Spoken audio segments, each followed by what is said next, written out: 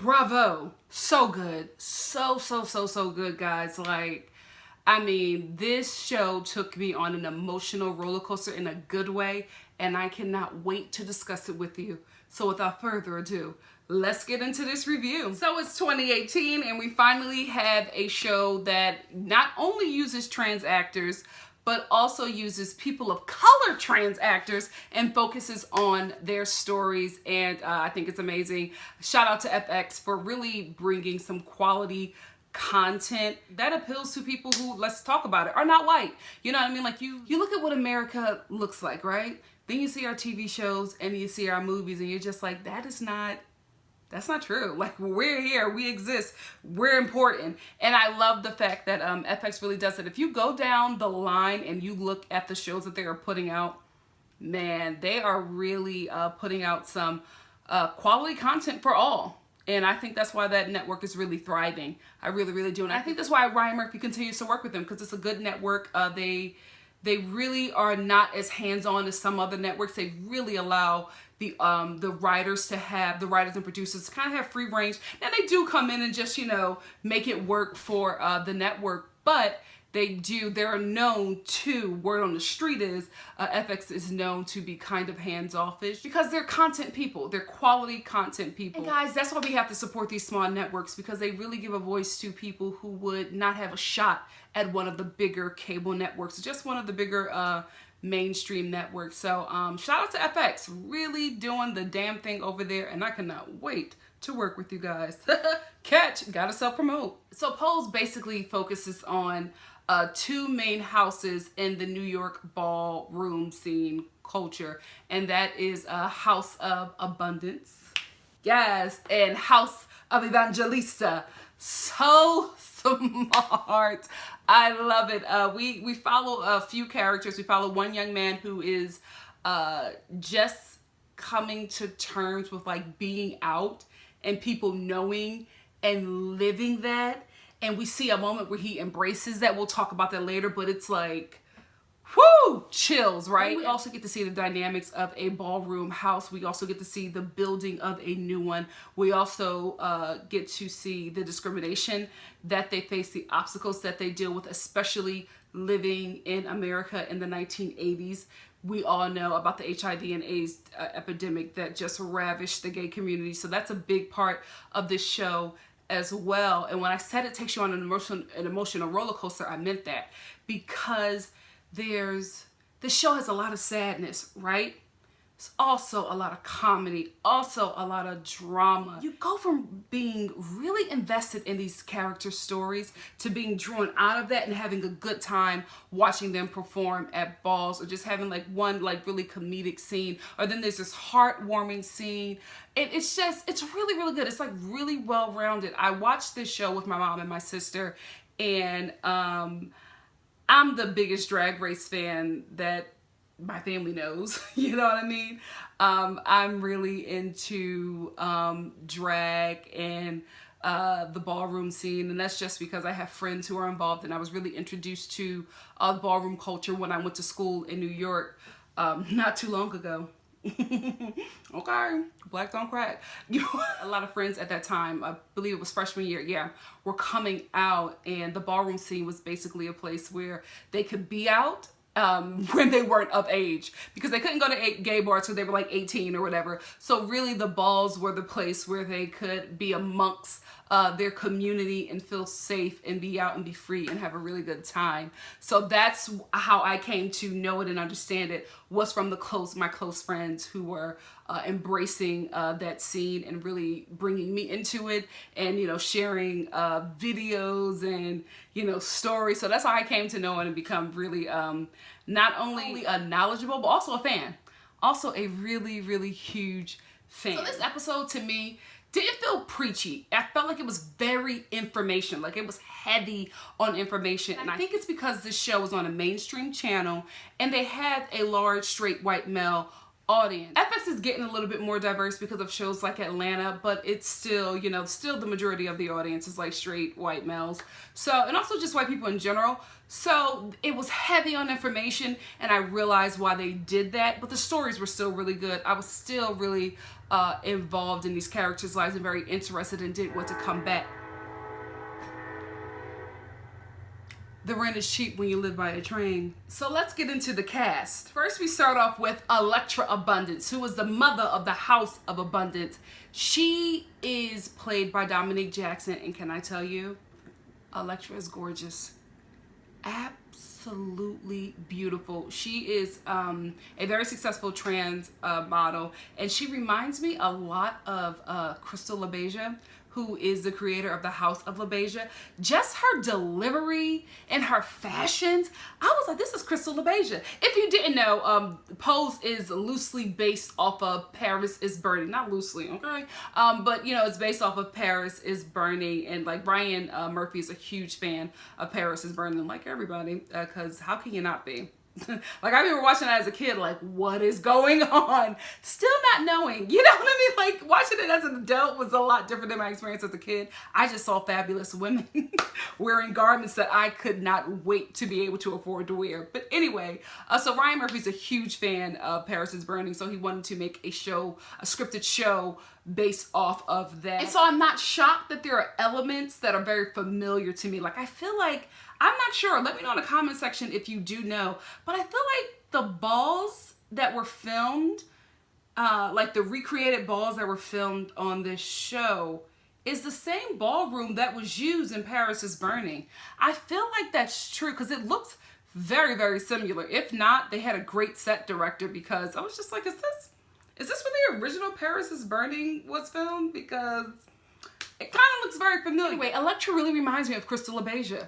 Just in the delivery, I was just, if you close your eyes, you can hear Crystal LaBeija when Electra speaks. But I digress. Electra is gorgeous. She is the mother, and she leads with an iron fist. She's not the nicest, but she's the flyest. The fashions, guys. Can we talk about the fashions? Everything that I saw on this show, I wanted. Every outfit, every earring, every shoe, darling, every stole, every lace front. Really? Because the fashion is so on point with the era. You know what I mean? Like, you can see the 80s, but you can see the flyness of the queens during that time. Like, you know what I mean? Like, they were quite possibly the flyest people in the 80s, because if you know, the 80s, the fashion was dreadful, darling, but the queens wore it the best. I'm so happy for Bill Porter, who plays Pray Tell. He is a phenomenal actor, huge on Broadway, starting to really make his way over into TV. I think one of his first TV appearances was on Law and Order Special Victim Unit, and I think it was about, I think he played like a community organizer during an episode dealing with race. No, was that Leslie Odom? No, but Bill Porter was on that show, and I think he played either a minister or a community organizer, but it was something about like a kid being molested, Special Victim Unit. But that was like his first segue into TV, but he's a great actor, overall performer, really, really great. So I'm so glad that he's getting his shine on this show, because I don't think you can make a show like this and not have Bill Porter be a part. This was great casting on Ryan Murphy's end, and he plays Pray Tell, who is basically just a confidant and a mentor to just everyone within the ballroom scene. Pray Tell, like many people in the ball culture, is fabulous, right? But he works like some, you know, ring-ding job at JCPenney's, like doing perfume. But when he gets to this scene, when he gets to the balls, he is like, you know, the king of all kings. You know what I mean? Like the fashions. He's also the MC. So that's like a huge position to hold within the ballroom culture. And I don't think Pray Tell could have been played by anybody else. So I'm excited to see more of Bill Porter, because guys, look up his resume. If you can Google him, look up his work. It's, he's so good. So good. Then we get to Angel, who is played by, oh, what's the name? Forgive me, y'all. I had it. India Moore. Beautiful. Beautiful. All around, like, everybody on this show is gorgeous. Can I just say, this is the most beautiful cast of any, like, TV show or movie, whatever. I've never seen this much beauty on screen throughout all the cast members, and it's like not intentional. I just think they just casted really good people to play these roles, and they just all happen to be beautiful. But this is a gorgeous cast. Anyway, India plays Angel, who is also a part of the House of Abundance, and she reminds me of Extravaganza. What is her name? I had it right here. Venus Extravaganza from Paris is Burning. She reminds me of her because if you see Paris is Burning, you know that Venus Extravaganza was someone who passed. Not only did she pass, she was someone who was saving up to get her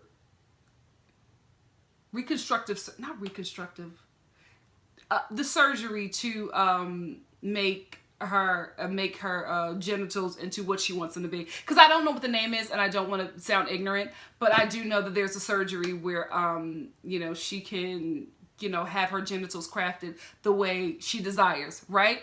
And oh my gosh, guys, she reminds me so much of Venus Extravaganza just by her story, just by the fact that she, you know, has fallen in love with a John, played by Evan Peters, who is in love with her, but not with the full idea of her. Like, there's a shame that this new guy that she's in a relationship with has of her, because he's ashamed of himself. He's ashamed that he's like this, that he's attracted to a trans woman.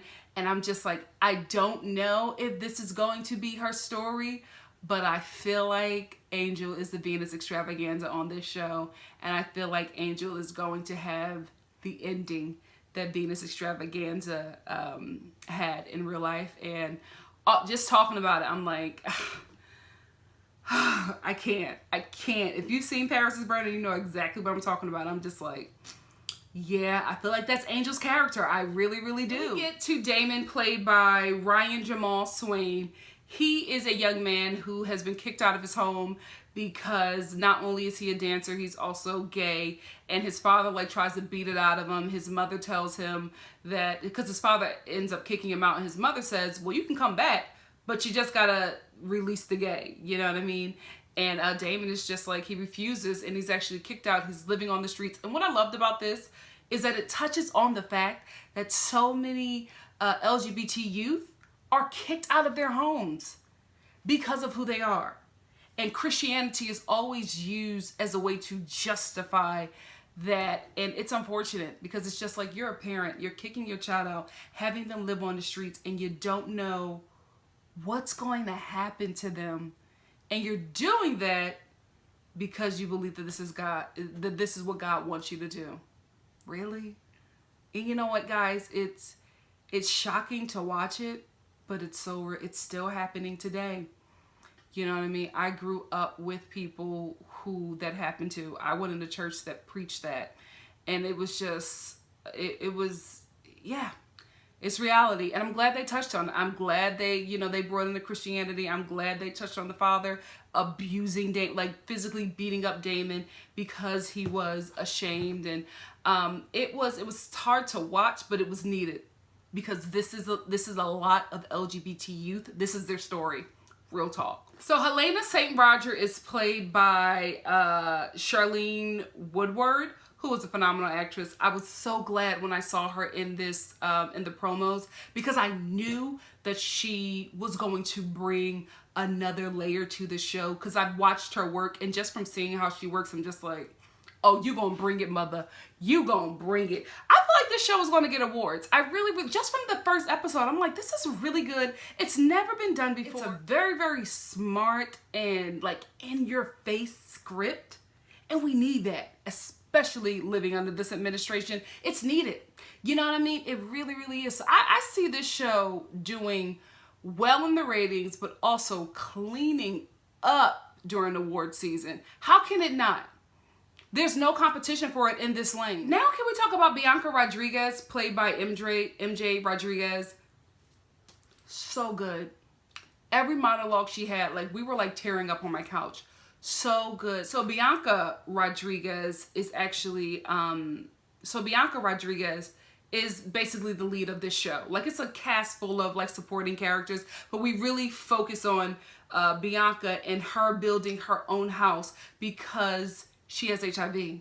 And at that time, you get HIV and then it progresses to AIDS and you die. So for her, she's thinking about her mortality, like her life is coming to an end and she doesn't want to leave this earth without building something. So she's like, you know what, I'm gonna build my own house. And we see some of the struggles that she has to deal with in doing that, but you fall in love with this character. You fall in love with the fact that she is somebody who is essentially dying and she's reaching out and starting her own family and helping these people who were thrown away, just discarded on the street like they were not humans. And you really see her not only give life back into them, but build them up so that they can be greater because they're her legacy. They're her children. Like, we get to see Bianca become a mother, and it's, guys, it's such a good show.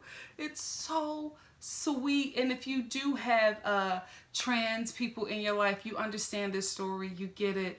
And you know, it's like, I don't know, I just watched it, so I'm like really emotional, but it's really, really good. So now that I went through like the very prominent characters of the show, let's talk about this first episode. So this first episode, we meet Bianca, we meet Damon, we meet the House of Abundance, and we see the building of the House of Evangelista. Bianca at this point is a part of a House of Abundance, and she's dealing with a strong presence kind of mother and Elektra Abundance. And for some reason, it's never explained, but Elektra just does not like Bianca. It's something about her. I think it's the fact that Elektra doesn't like that Bianca has new ideas. Sometimes she may feel better ideas, and I think she always feels like that maybe Bianca is always trying to take her position.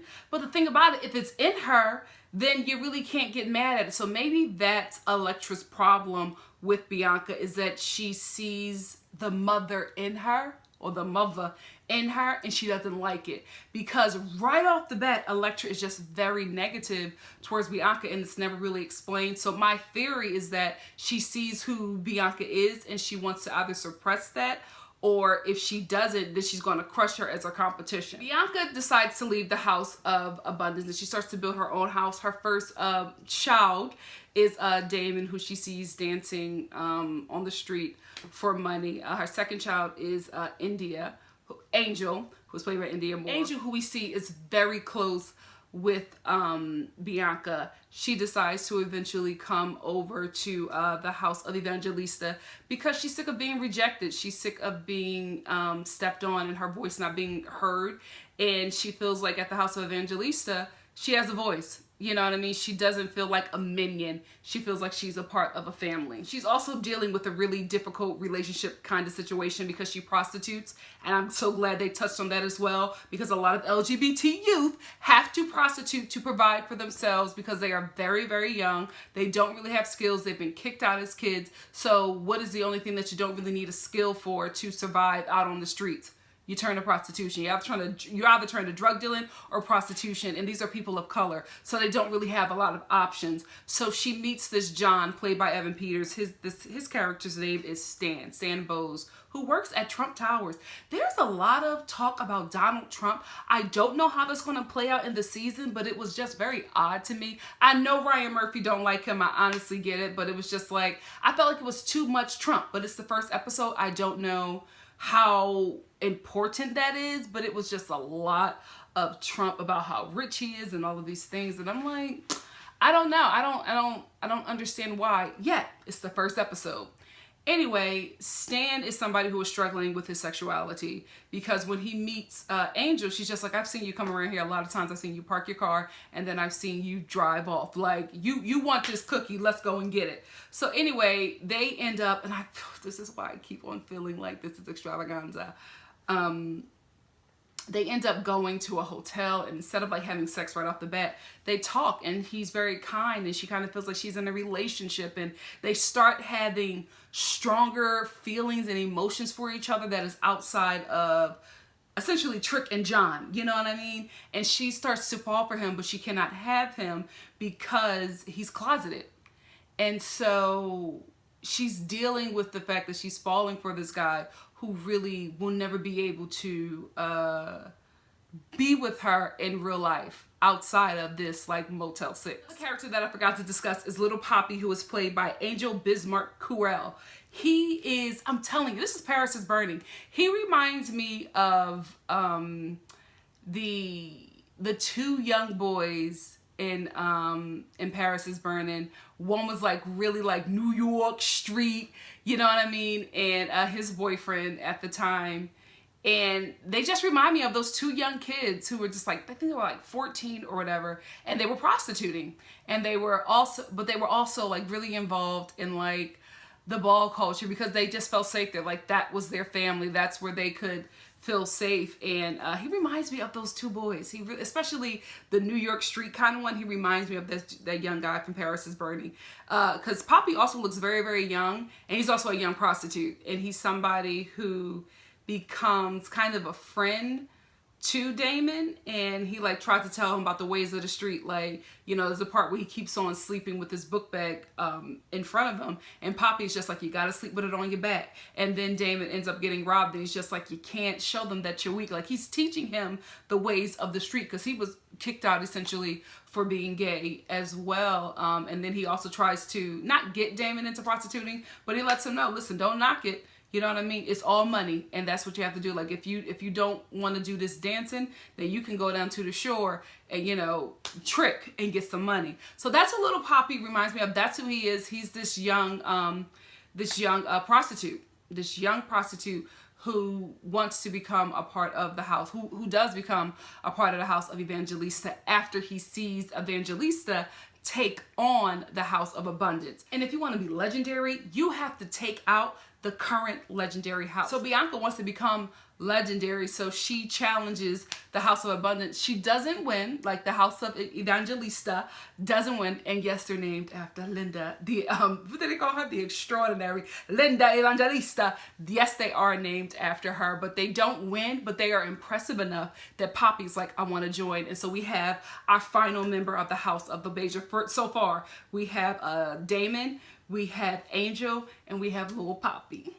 My baby, he's such a sweet character, and I'm telling you, it's because he reminds me, oh gosh. This, if you haven't seen Paris is Burning, this is what I suggest. I suggest you watch Paris is Burning, and then I suggest you watch the first episode of Pose. I will warn you, you are going to be a ball of tears, because I was messed up because I'm like, these are the characters from Paris is Burning. Little Poppy is a young prostitute boy. Angel is Venus Extravaganza. Electra Abundance is Crystal LaBeija. And Bianca is Octavia St. Laurent, because I'm telling you guys, when I was watching her, I was like, this is Octavia.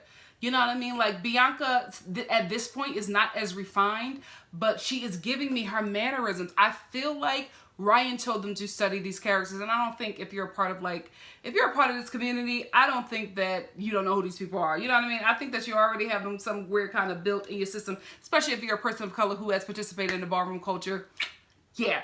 You know what I mean? Like, you kind of know who these characters are already. So it's so reminiscent of it to the point where it's like, I'm telling you, I close my eyes, and when Electra was speaking, and I'm like, that's Crystal. That is Crystal. Really, really good show. Really good episode. The first episode was really, really good. Like I said before, it was heavy on information, but I think it's because a lot of straight people were watching, so they had to like let them know what was going on. And they also really gave us a good backstory on the characters. I'm here for it. I really, really am. I looked at the crew, and I just have to be honest with you, I felt like it was a lot of white people writing people of color stories.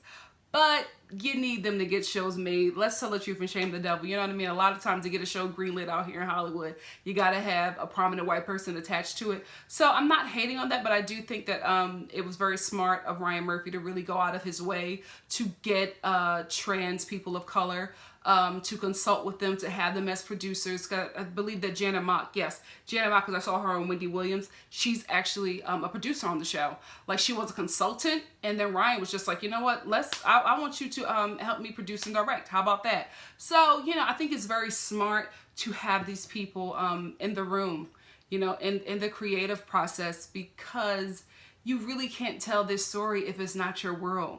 You know what I mean? You could be gay, but, you know, to really tell the true story of the ballroom culture, you gotta be gay. You know what I mean? You gotta be trans, or trans. You also have to be a person of color. You gotta be black or Hispanic. Let's tell the truth and shame the devil. Those are the people who built the ballroom culture. And you gotta be from the East Coast, specifically New York or Philadelphia. Those is specifically New York. Those are the people who really built the ballroom culture that this show is based off of. So I think that he brought in some prominent people, but I want to see more next season. I really, really do. You got to fill that room up because this is their story, and you could pay for it, but I don't think you necessarily need to tell it. But so far, I think it's a good job. I think it's a really, really good job. I don't know yet who James Vanderbeek character is. I don't know why he's very important, but he's there. You know what I mean? Maybe he's the Donald Trump character. I don't really know. Also, Evan, who plays Stan Bowes, his wife is Mara. His wife is played by Kate Mara. Her name is Patty Bowes. I don't know what her role is in this show as well, but there was a lot of focus on her. So I'm guessing maybe she's going to be the wife who finds out that the husband is gay, and I don't know where that's going to go. Like, I feel like I have an idea of some of the characters on the show just because they resemble a lot of the prominent people within Paris is Burning. But the other characters, I'm not quite sure. Specifically the white people, I don't know. I don't know what their character is. I think I have an idea of who Stan is concerning Angel.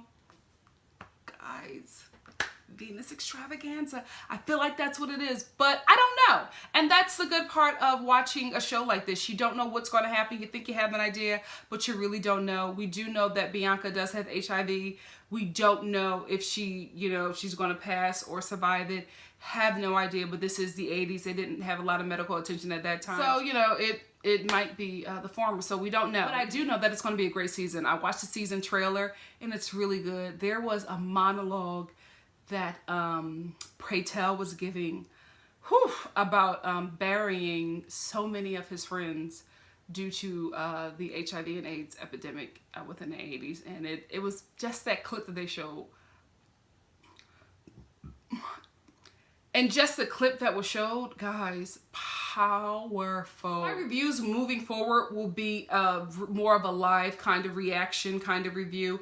I wanted to do this one a little differently because there was so much information and I felt like I couldn't really review it properly because this was more of like the information episode where you just where they break it down like this is going to happen, this is what we're talking about. So I just wanted to really do more of an informative review for you guys. But next week and the following weeks, while I review the show, I will go back to more of doing like a live reaction review kind of thing. But I just wanted to establish the show, the meaning, the characters that we have here, because you kind of have to, because this was the first episode. It was just a lot of information, a lot of character introduction, a lot happened, but there was more information than actual like character development, which we will soon have. So I just wanted to give you guys a heads up because I just had to do it this way. It was just so much information. I was like, I can't just react to this because there's so much that we have to discuss. Moving forward, we'll be back to our old formula. And if you like what you see here, guys, please like, comment, subscribe, and share. And I will see you next week for the following episode of Pose. Get your tissues ready. And can we talk about how when I was watching this, that opening scene, where they robbed the museum, so good. Ryan, you did the damn thing. I'm proud. I can't wait for Horror Story as well. Is that coming back? Let me know in the comment section below. Love you guys. Bye.